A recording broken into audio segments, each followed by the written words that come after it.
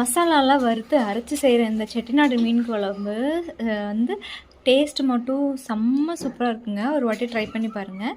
எப்படி செய்யுதுன்னு பார்க்கலாங்களா? அதுக்கு மேலே வந்துட்டு சோம்பு, சீரகம், மிளகு, வெந்தயம், தென் வந்துட்டு சின்ன வெங்காயம், காரத்துக்கு அந்த மாதிரி வரமிளகா, பூண்டு இது எல்லாமே வந்துட்டு நல்லா வறுத்து எடுத்துக்கோங்க. இது கூட தக்காளி, உப்பு, தென் வந்துட்டு கொஞ்சமாக தேங்காய், கருவேப்பிலை ஆட் பண்ணி நல்லா வறுத்து ஆறுனதுக்கப்புறமா வந்துட்டு நல்லா ஃபைன் பேஸ்ட்டாக அரைச்சி எடுத்து வச்சுக்கோங்க.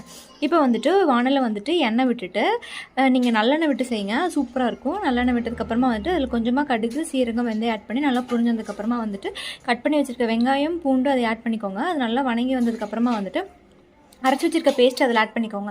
ஆட் பண்ணிவிட்டு நல்லா கொதிக்க விடுங்க. நல்லா கொதிச்சதுக்கப்புறமா வந்துட்டு அதில் வந்து நீங்கள் வாங்கி வச்சுருக்க மீன் எந்த மீன் வேணாலுமே ஆட் பண்ணிக்கலாம். மீன் ஆட் பண்ணிவிட்டு நல்லா கொதிக்க விட்டுடுங்க. கொதிச்சதுக்கப்புறமா வந்துட்டு கொஞ்சமாக வந்துட்டு கருவேப்பிலை, தென் வந்துட்டு இடித்து வச்சுருக்க வெல்லம் ஆட் பண்ணிக்கோங்க. வெல்லம் வந்துட்டு அந்த புளிப்போட டேஸ்ட்டையும் காரத்தையும் வந்து கண்ட்ரோல் பண்ணிக்கும். வீடியோ சேவ் பண்ணிட்டு ட்ரை பண்ணி பாருங்கள்.